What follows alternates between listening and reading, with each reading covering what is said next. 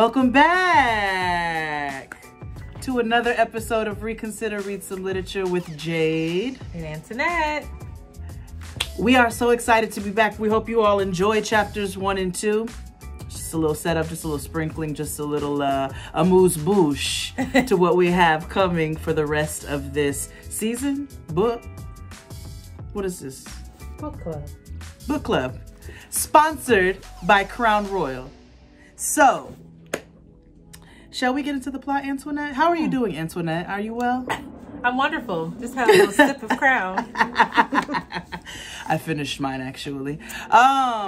So I would like to ask you, before we get into the plot, your initial thoughts. How do you feel like the book is aging now that we are starting to enter into more of the meat? Oh, it's aging well. Specifically, Midnight still. Midnight is still fine. Midnight is still fine, child. It's aging well, and it's great for the book. It's sad for society, but the themes are still so prevalent now as they were back then. It's just like we're still having these same kinds of conversations. I think the conversations have elevated in a way, but same conversations, same stigmas, same stupid, silly mistakes. So yeah, what about you? Midnight is aging quite well. I think what these chapters did for me was remind me that I have not grown in my love for raggedy ass niggas.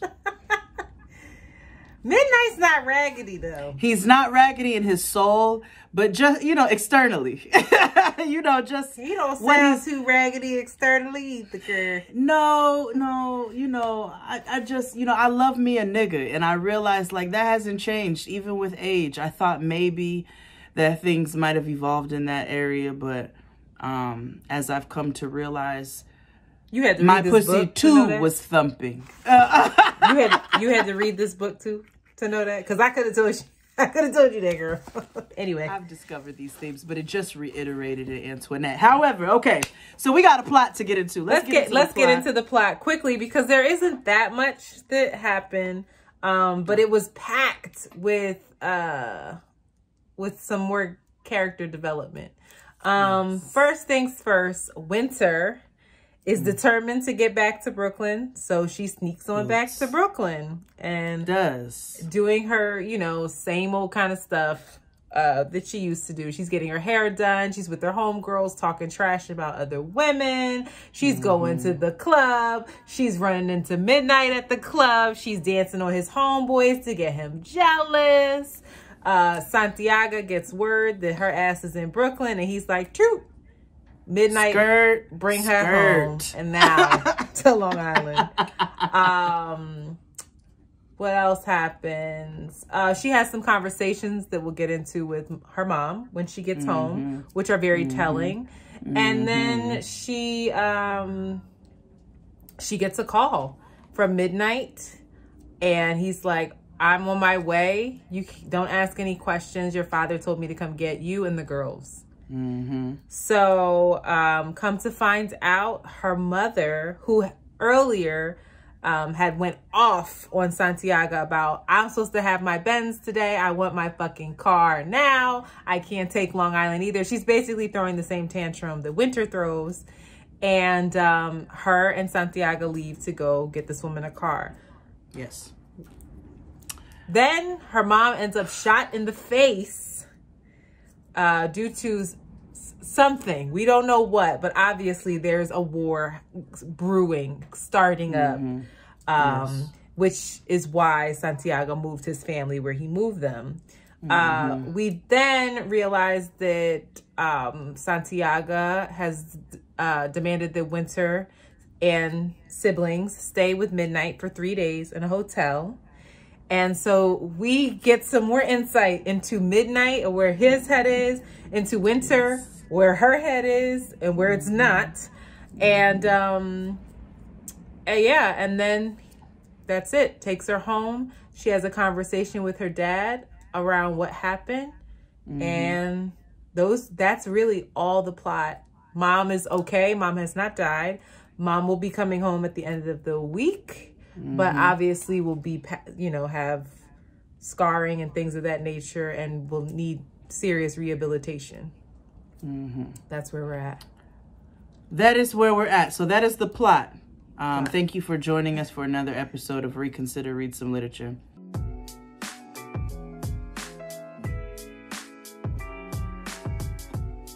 Just kidding. We're actually going to go ahead and get into our themes because there is so much to unpack from this breeze that Antoinette just gave us. So let's go ahead and get into these themes. Okay, so now that we're hitting the themes, first and foremost, this is not in our notes. I just have to put it in there that we talked about it in the first episode. Winter is in love with her father. It is, what is that, Oedipus complex? That is where she's in love with her daddy. Oedipus was the mom. I don't know who the dad was. Oh, what's the other one? I forget what the, well, all of you all who are into the psychologies and whatnot, who are watching this, the other one that's not Oedipus complex. I could be wrong though. She has that. I think that is the mother one. But she has it for her daddy, right? Because she's trying to get back to Brooklyn, as Antoinette spoke about earlier, to go get her hair done down at Erlene's. One of the blackest names known to man. I love a good black sturdy name. So she wants to go down to Erlene's, right? She asks her father about that. Her father says no. He does not say you cannot go to Brooklyn. However, he is giving many context clues, which we will get into in just a little bit, right? So she goes and calls the little simp nigger that she was talking about in chapters 1 or 2, so she can get a ride back.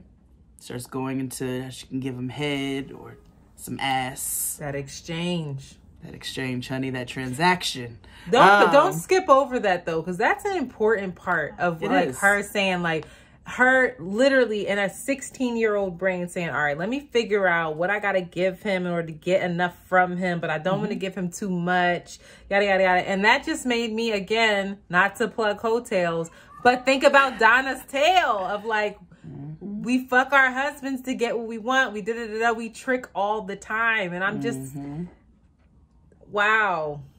And the fact that she was 16 years old and she knew her mind worked that way. Now, we also recognize where this kind of mentality comes from because we see the way that her mother speaks to her. We'll get into that in a moment. We see the way that Santiago speaks to her. That is also very important. We will get into that a little bit later.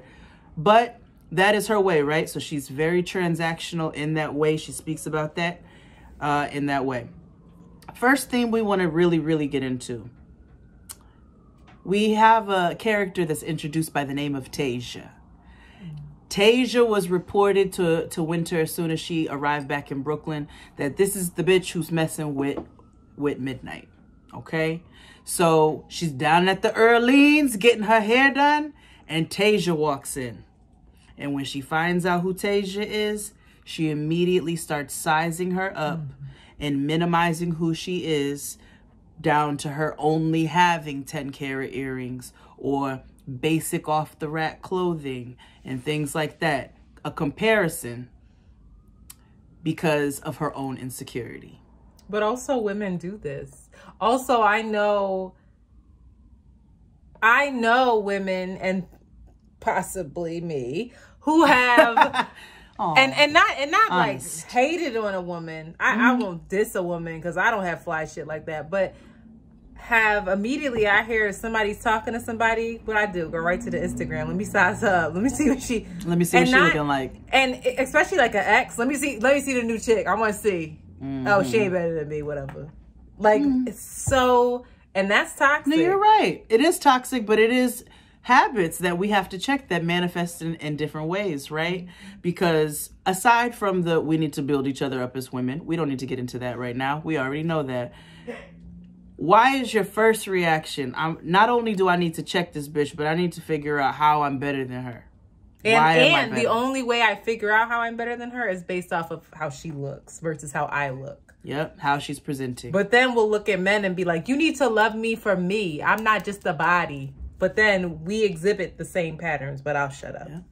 Which, that's not what Winter is saying. That That's what a lot Winter's of us like, say. this bitch is corny. Right. That's her flat out. This bitch is corny. She's broke. Her clothes is busted. Her jewelry is cheap. Like, whole Her thing. titties ain't big. Yeah, she's just all terrible. of that. She did tell her that she did say she had a flat stomach and a big ass. She gave her that. She did give her that. She did give her that. She gave her that. Now, let's get on to page 24 quickly and talk about this. Oh, God. Can I talk about this? Please, please, introduce us. So then another theme is we keep talking about women and their worth. And this is constantly coming up in this book without it being preachy. But I had to point out, and I highlighted and wrote, Santiago is talking to Winter, and he's trying to explain to her the importance of her, you know, listening to him and staying out of Brooklyn for now. And he's like, it's not about hiding, it's about being smart. I taught you that too. What makes you special, Winter? ? Ask her that. Ooh. And what was sad too was that she ran through the question in her head and drew a blank. And then he said, his response, which was even more sad, was, what makes you special is me, Santiago, your father, your protection. So that's the only thing that makes this girl special. Hence why being chose by these men is so important and of the greatest value. Like she has to be a commodity for men in order to maintain her, not only her lifestyle, not only her protection and her money, but to maintain her value as a human being. She's not taught that she's valuable. And I have to be honest, where I have had such experiences with my own father where amazing father, amazing, but can be narcissistic to the point where he thinks that by me being his daughter, that somehow that it does add to my value, but in his mind, it's like that is, I could hear him say like, that makes you special too. Like you're mine. So when you're around here, and it's a possession thing as well, which is a very slippery slope. It can very much be. And we see how that becomes a slippery slope. And going back to our first episode, we talked about the theme of Winter's mother not having an identity, and that being through Sister Soldier not giving her a name. That's reiterated because you know your girl wasn't sure. I'm not gonna act like I was, but that was reiterated when because Santiago emphasizes Santiago, right? He emphasizes his presence, who he is in their lives, his importance, his placement. And he goes, look in my face, Winter, and never forget what I tell you. Santiago loves you. Your mother loves you. No name. No name again. Once again. And also even the way her mother comes in her room and she's like, I could tell Santiago was upset for how my mother looked. How's she feeling? How's she doing today? Yeah, her mother's just a vessel. She is. For understanding Santiago and manipulating him and controlling him because he wields all the power. But then it's like, does he wield all the power because mom is manipulating him? But mom has no identity. So it's this cyclical, sick ass. Let's talk about this naivety. Dynamic. Let's talk about this naivety that her and her mother have. Oh, child. I can't. It's irritating. I'm irritated by it. because it's very clear, but it also speaks because we have to remember Winter's mother is 28 years old. Yeah. Oh no, Winter's mom, they're 14. So now like Winter's 32? 16, she's 30. Old enough. But this is somewhere else. This is going on. This is happening somewhere else. And her mother comes into her room. You know, Winter's trying to smoke a little blunt, mood. And her mother comes in her room to shoot the shit and, you know, kind of talk about how Santiago was overreacting to Winter going to Brooklyn. And giving Winter advice on how to manipulate Santiago and get him, how they're going to sneak into Brooklyn anyway, and they just won't say anything. Ignoring all context clues. I guess it means nothing to you all that this man had to move y'all all the way out here And he's Suddenly. constantly talking about with nothing. You don't bring anything with you, but they're so focused on the material, they can't pay attention. How do you not know that there's a war brewing? I'm like, how do you not know that something else is up? How? Because your brain is elsewhere, and we see that in the way that she thinks as things continue to progress. And what they value, because even in that conversation, all Winter was talking about and focused on was how dope her mom was and how her mom is her homegirl, and she doesn't care what anybody says. Having kids at a young age is lit, because then you can chill like homies with your kids. And I'm like, what? It's also very interesting that her mother is the only person who she is somewhat vulnerable with. There's no vulnerability with her homegirls. Even I would say honest. I wouldn't say vulnerable. As honest I'd say as both, she's actually. Because I would say as honest as she's capable of. As honest as she's capable of. Yeah. Because I don't even think she's aware of the shit that she feels and her why. And like, cause she doesn't have the capability to unpack her shit. Because she's not in tune with who she is at all. Winter has no identity. Intelligent. Yeah. We forgot to mention, we'd be remiss that a classic spot was mentioned in chapter 3. The club that she went down to was Moe's Bar, which is a real place that still exists and has been around for a very long time. If you go to Moe's now, you're about 65, but shout out to you. Or me, whatever. I love you. Moe's gives me so much anxiety. I'm like, it does. Yeah, the street harassment be on 35. But I wouldn't say 65. I would say like 45 and up, and then sprinkled with some young people, and it's just awkward. The same niggas who are in this book are in Moe's right now at this age, right now, with Pele's on and an 8-ball jacket. But I'll tell you one thing. Them niggas will kill for you. So, moving right along with our theme. So, we talk about her mother being a commodity and also a little lack of substance there, right? A little more focus on the material things. So, as we continue to move along, where her mother's throwing a whole hissy fit because she wants a vehicle and they're gone, she gets shot in the face. And Winter doesn't know this immediately. Midnight comes to pick her and the girls up. And they're in the car. She is irritating. She is irritating all of the time. Every time she opens her mouth. Even from the scene in the bar where he's like, what do you want? I want it all. Yeah. She's irritating with Midnight.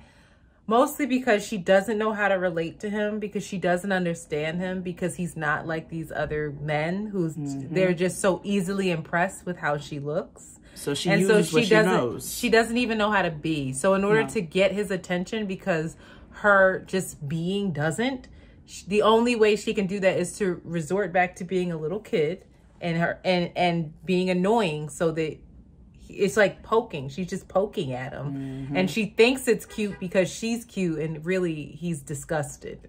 He's disgusted. But she also makes up a whole ass story, Jade. Like when he brings her home. Yes, I forgot about that. When he brings her home from Brooklyn, per Santiago's orders, he drives up and says, Winter, get in the car. And so it's in front of all her homegirls, and they like, oh my God. And so her homegirl hits her up and asks what happened. And she tells this elaborate story about how they down to what the nigga ate. Child, about how he took her to a diner in Queens, and it was a fancy diner in Queens, and then they drove somewhere remote and they slept together in the car. And I read that and thought to myself, wow, that just shows how small her world is, because that was the story she came up with. That was the ultimate goal of being with Midnight. And I got fucked in the car. And it was definitely her just getting F, because at the end of the day, there was no connection. There was no sensuality. There was no romance. There was none of that. Nothing. It was literally just Midnight chose me to use my body for his pleasure, so I'm a bad bitch. Because why? My value comes from getting chose by men. Because she even in the way that she speaks on her body, and even in the way that she talks about how she took control and power, her power in the situation was not real control and power. Her body is for the taking. It's for others to enjoy. She hasn't yet. She keeps talking about how hot and bothered she is, and I've yet to hear her talk about self-pleasure and masturbation. Not that maybe we want to hear about a 16-year-old doing that and read that, but I'm just pointing that out. It's like, I don't even think it's a thought for her. Because there is no sensuality. Like you said, there's no sensuality. She doesn't understand real romance. No. Yeah. It's for niggas. That's why she's like, to get what I want, I am going to give this nigga head. It's and to get what I want, it's all exchange, it's all transactional. Or I'm gonna let him, I'm gonna have him eat me out, so I'm in control, so that I can then demand money or this or that from him. It's not so I can feel good and like actually enjoy. But anyway, we digress. We digress. But that's an important theme, right? That's something that we all need to come to understand is, who was it? Alexis Tyler, was that her name? Alexis Tyler. The power of the pussy. Like, we need to talk about that, but we need to talk about it in what that real power is. Not just to get material possessions, to get what we want from somebody. Understand that that power lives within you and what that power really means. Not to get you some Gucci shoes, but we can talk about that later. So, we move along, right? Winter's mother got shot in the face. Child. And in the face. That's important too. It is not important. In the arm. No. Not in the leg. In the thing that she values the most. Her face. Yes. Her mother, yes, she values her face, right? They always speak about how gorgeous she is, and her mahogany skin, and literally just her looks. Almond eyes, rather. That's all we know. Beautiful hair. Like, we just know how they describe her mother physically, and then the few things that come out of her mouth. And that she has a sister named Lori. So her mother gets shot in the face, and she learns about her homegirl. Natalie calls her to talk about this, and it's not in a how is your mom doing, how is your family, how are you holding up. It's like she's sharing the tea of the neighborhood. Oh shit, I heard your mom. There's a war brewing. And it's going to be a bloodstorm in Brooklyn tonight, ! She acted excited like she was watching a heavyweight fight at Madison Square Garden or something. And Winter you can tell she has a bit of a realization in that moment, because even then very small, because then even after that, she's like, oh, well, where your sisters at? Oh, they're downstairs with Midnight. Oh shit, Midnight. She's like, oh, y'all together? What's going on over there? Again, not asking what's going on with her family, not asking how her mother is doing, not asking how her sisters are holding up, just wants to know what's going on. Just pure nosiness. And that shows that type of relationship, and the lack of substance within her relationships and her friendships with her homegirls. It also shows the dynamic within this environment that this is not that big of a deal. No. Because it happens to people all the time. People get shot. Niggas get shot every day. People die. People this, people that. It's just what it is. Life expectancy really, I mean, it's just like, that's what happens. Like, if you in the game, that's what happens. And so it just shows a lack of value for human life. As well. Which we can all have from time to time, depending upon what our environment and our circumstances are, right? And the excitement of the war. Like, oh, some shit's gonna pop off. It's about to be lit. Not recognizing the repercussions of, like, people dying affects, that domino effect is huge, and not seeing how that affects the community. But even taking the grander, broader scale of the community out of it, this is your homegirl. Yeah. And you don't have the decency to ask your homegirl, your best homegirl, how her mother is doing after she got shot in the face. You are glamorizing that. Yeah. It's deep. It's deep.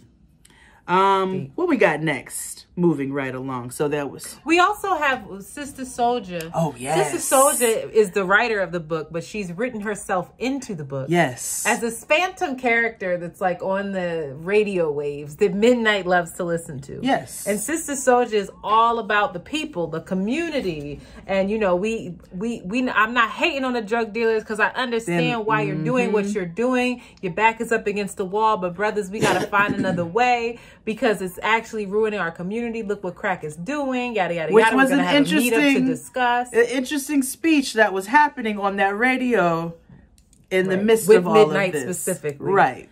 But Winter hates this woman. She's like, this lady got to be butt ugly, corny. She just unhappy. And you know what? She's a fucking hater because if I've never seen a drug dealer force drugs on someone, so these people are making a decision. Shows she has no empathy, none, no real awareness of like not how even for a pregnant work. Woman, right? Like it's just so telling how immature and inexperienced and young, and she has every right to be those things because she's 16, but because she's putting she and her family, her father and her mother have put her in such adult circumstances so young, it's easy to be frustrated with her, but I'm also like, this is a little girl. It's a little girl. 16. This is the same thing, and not the same thing. This is on a smaller scale. But even when you want to skip children up in grades, right? I think about things like this where I'm like, yeah,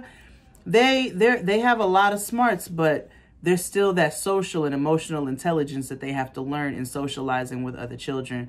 It's the same thing with Winter. She grew up far too quickly by the way her mother talks to her. And she never grew up. She never grew up because her mother never grew up. Her mother still hasn't grown up. Oh, we're just going to sneak behind your daddy's back. Instead of being like, you know what? Santiago is making some real interesting moves here. Maybe we need to fall back and encouraging her in a different way. It's not that maturity is not even there for her mother. So how is it going to be there for Winter? And then you have Winter and Midnight, who are now Winter's playing mom, right? She's got the twins and the baby. She's got Midnight, who her mom is in the hospital, gunshot to the face. They tell her she is in surgery. She is in critical condition, all the things. And Winter has to then navigate these kids. And the only way she knows how to navigate these kids is by what her mom does. Okay, I feel overwhelmed. I need a release. So I'm going to put these kids to bed. I'm going to worry about how they look because at the end of the day, mom shot or not, we got to look good in the streets. And we didn't pack any clothes. And I need to release this tension. So I'm trying to get effed by Midnight, which is wild to me. And you have Midnight, who is like, how do you not understand these circumstances that you're in? You are so irritating and you're 16. Leave me alone. I'm just doing my job. He's like, how do you not want to... You worried about what you're going to put on your body? And your mother is over here shot in the face? First thing in the morning, I'll take you to get some clothes. Don't worry. I realize you're a high maintenance bitch. Gotta keep you up in the style that you're accustomed to. How many fighters do you know find themselves in the middle of a goddamn war? What did he say? And all the fuck they think about is fashion and clothes on their back. Hell no. You will never ever be my right hand man. So, because she's like, I could be a this, I could be a. He's like, you don't even have a fucking mentality for this, yo. Because she's talking young, she's talking about razors under the tongue, and I know how to slice a bitch in 3 seconds, and I can do this, that, and the third. Yeah, he's like, you not thinking though, exactly. You're not even checkers. You like, I declare war. No, but like, what is the other shit? Connect Four, bitch. You're Connect Four, and I am playing chess. What are you doing? Shut up. So then you have her stripping down before him naked. He's not even looking at, he just is refusing to give her anything. I don't see you. Then he understands, like, okay, in order to keep this chick off my fucking ass, I'm gonna take everybody shopping. It's fine. They go shopping. They're arguing about what clothes. And even then, like, he's showing a little bit of, I don't even know. I think it's care, but it's not care in the way that it's like I think it's a pity for her that he has, where it's like, why do you need a mini skirt? Like, come get this suit. Like, come get this thing in here. Look at this. I think like, you could afford it. I think it's what you said earlier, though, I think it's a disappointment. I think it's disappointing. He's so disappointed. It's a disappointment, and damn, you fell for this environmental shit too. You're just as, for lack of a better term right now, you're just as basic as this shit I'm looking at in the street. Yeah, you know what I'm saying? You're not giving me nothing else. Every time I try to give you something, tell me something more about yourself, she can't do it. I'm going to get that. I call it pity because I think that he knows the apple fell right under that fucking tree. Yeah. And it's not her fault. Yeah. She's not choosing it. It was presented to her as who she is. Because he didn't choose it, in a way.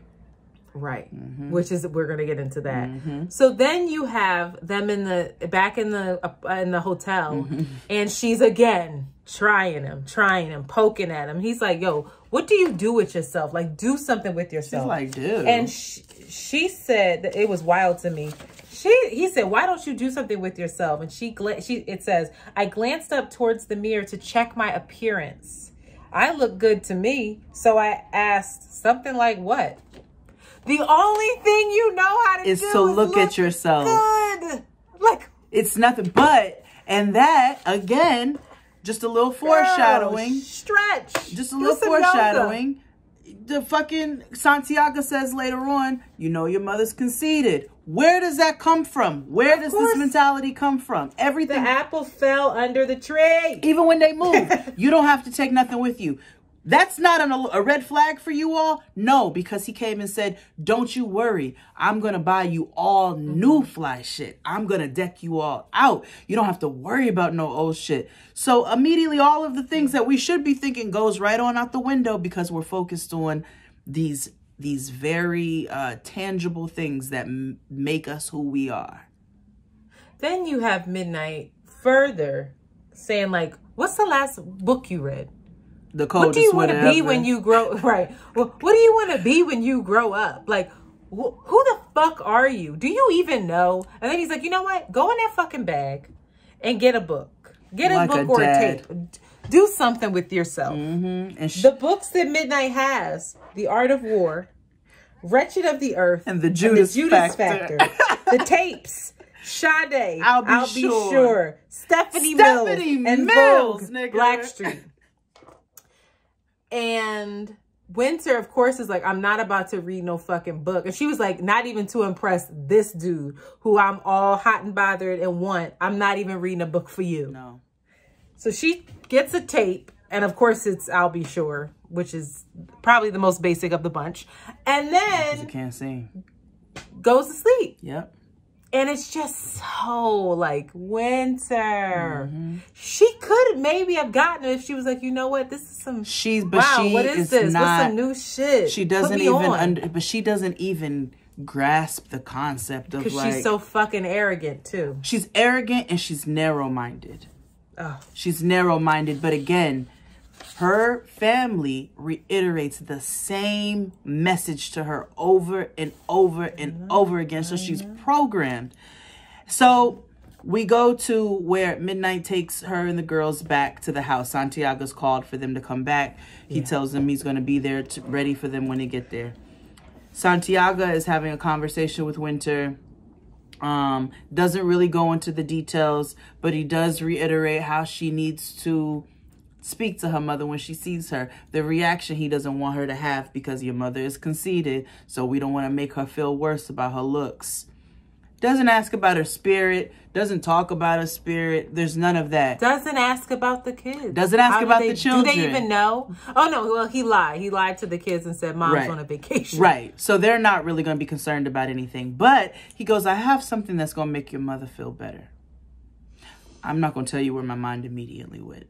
But he takes Winter out and shows her her mother's new car. Was it BMW or something she got? Mercedes? I can't remember. I don't know. A new car. New red car.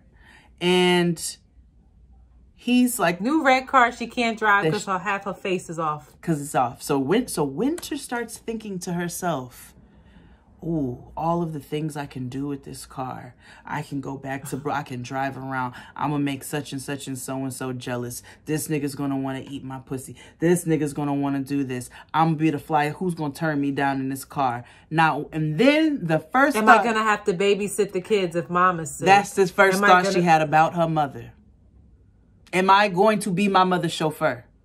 All right, well, I'll ride her around for a little bit, but then after that... Right, if so, how can I maximize that? How can I finesse the situation to work out for me?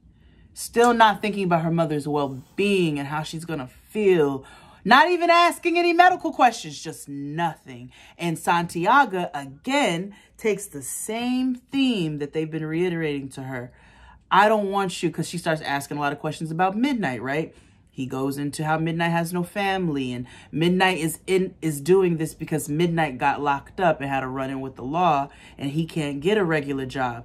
Which we need to talk about after. We do. We're going to get to that. She bypasses all of that information, right? She's just asking questions about Midnight. And then her father says, I don't want you with a Midnight. You need to be with a good dude who can take care of you.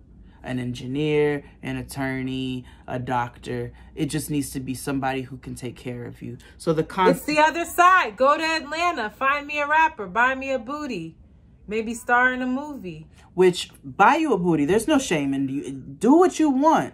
But when all your aspirations... They all rely on a man. All rely on somebody to take care of you. You have no identity within yourself. That is the problem. That is the problem. Your whole identity is about impressing people and impressing somebody else. That's the problem. Let's go back to what we were just talking about, though. With Midnight? With Midnight.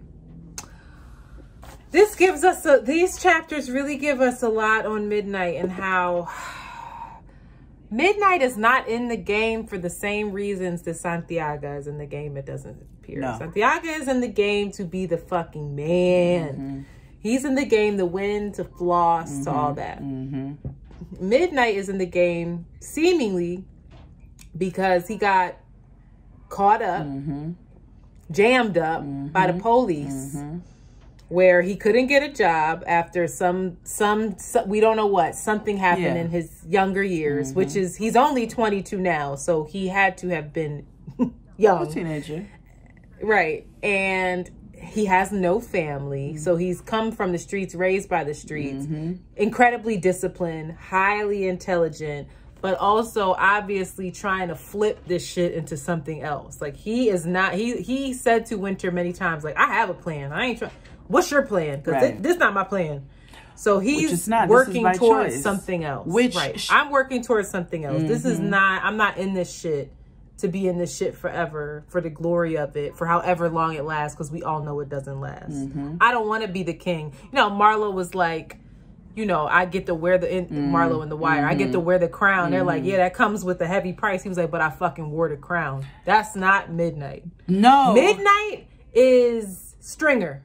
Midnight is like, I'm trying to be in this and make this shit legal. I'm trying to flip it. I'm trying to get some properties. I'm not with the street shit. I can be with the street shit if I have to, but I'm not really trying to. What's interesting is that Midnight has this viewpoint, though, at 22 years old. And Santiago, and him talking to Winter, I think is now coming into his realizations of what this lifestyle comes with. So he doesn't want it for his daughter. He doesn't want it for his daughter. But when Santiago got into this lifestyle, it wasn't by choice. It wasn't by like necessity. Do we know that? We don't. But I by the way that he speaks, his demeanor compared to Midnight's demeanor, do you really think like Santiago? No, I think Santiago was all about it, and it took for his wife to get shot in the fucking face for him to realize, like, I don't. That's what I'm saying. No, that's what I'm saying. Okay. I'm saying that Santiago got into this lifestyle because he likes the flash and the glamour and the glitz of the lifestyle. It's not until now, at this big age or that he medium paid this price. Exactly, and what that price and what that comes with, and what that responsibility comes with. And he's realizing, like, I can't sleep at night. He has no peace. My wife can't ride with me in a car. My daughter can't go back to her home. He keeps telling Winter, I want you to experience peace. I want you to just enjoy your life and live. And that's where I got insight as to why they're always reiterating, your looks, you're this, you're that. He wants he doesn't know how to upbuild his daughter, but he knows he wants better for his daughter. He just doesn't know how to show her that, talk to her, give that to her. And her mother damn sure don't know, because her mother doesn't want better. Her mother wants this lifestyle. Her mother is Winter at this age. Yeah. Woo. And ladies and gentlemen, chapter 3 and 4. Chapters 3 and 4.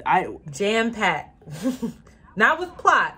No. But with a lot of themes. A lot of themes. A lot of character development. A lot of context. Now, don't come talking about yes, we know he called her a bitch. We understand. We all understand. Winter? Yeah, Midnight. Oh, Midnight. But in the way that we all understand, we are reading The Coldest Winter Ever, okay? There's only going to be so much PC you going to get. Don't join something that we call in a hood book club and then be like, oh my God. Oh my God, please. He called her a bitch. Yes, we know. That's how niggas talk. That's it. I'm not saying it's okay. We can explore them themes later. But we read the Coldest. We'll unpack that. We'll unpack that. This is a hood book club, though. And I think the synopsis, I think my takeaway personally is Midnight could definitely still get it. Baby. Was there ever a sex scene with Midnight in this? I don't remember. I feel like there was, but I think it was probably. Yes. I think she was imagining it. No. Oh no. Or when she did was it in have the hot tub? Well, no, that we was don't another. We don't want to ruin it for people. I'm trying to. It's just. But I'm looking forward to that if it's coming. I'm like, my single ass, like, what are you doing? Look at you. Not you get your rocks off to the coldest winter ever. Baby, when he was on that floor doing them push-ups and she was describing it, I saw it. See, no, but I'm going to tell you, the hood rat, I knew the hood rat jumped out when she started talking about his crispy white tees. I was like, ain't nothing like a good chocolate nigga in a crispy white tee now. I get it. I heard it too. Yeah, that hits different. I wonder if he has a beard. She hasn't described a beard. He doesn't have a beard. Midnight 2021 will have a beard. Midnight 2021, but 22-year-old Midnight in 1980, whatever, does not have a beard. Probably not. No. He was clean. Smooth. He had a clean face. Smooth. Or he had a, in the 90s, he might have had a chin strap. Oh, that's a problem for me. Oh, I know. Or a soul patch. Anyway. I can look past that. I can't look past a soul patch or a chin strap. I can look past that for him. You can? You can look past the chin strap? Literally where niggas, there's a line of hair that just... I know. And it connects right, just like right here. I'll just shave it in his sleep. He won't even know, girl. Just be like, sure. Oh, I'm sorry, babe. I'm showing up to the next book club with the chin strap. Do it. But you don't look like Midnight, so I'll clown you. No. Anyway, shout out to Midnight. I look like shout 8 a.m. Sister Soldier for imagining him for us. Yes. With his old problematic. Shout out to you, Sister Soldier. Self. Sister Soldier said, I want this fine ass nigga to be obsessed with me. That's how she wrote that book. But we're going to get... The finest one in here love me. She's like, he loves me. He's obsessed with me. He's got flyers folded of me and his wallet. I cannot wait to get into I'm here for it. If I ever write a book, that's exactly what I'm going with. I'd be like, he wanted me. Yeah, no, I'm definitely making myself a guru. It's going to be Jade Blay, all up and through. Dr. Jade Blay. Okay, he loved me. Okay, because I am the smartest woman alive. I hate you. Anyway, we will see you all next time. Thank you for joining us. We're going to get more into this book. I can't wait to keep exploring these themes, Antoinette. Same thing. Oh, so fun. All right, we'll see you all next time. Bye.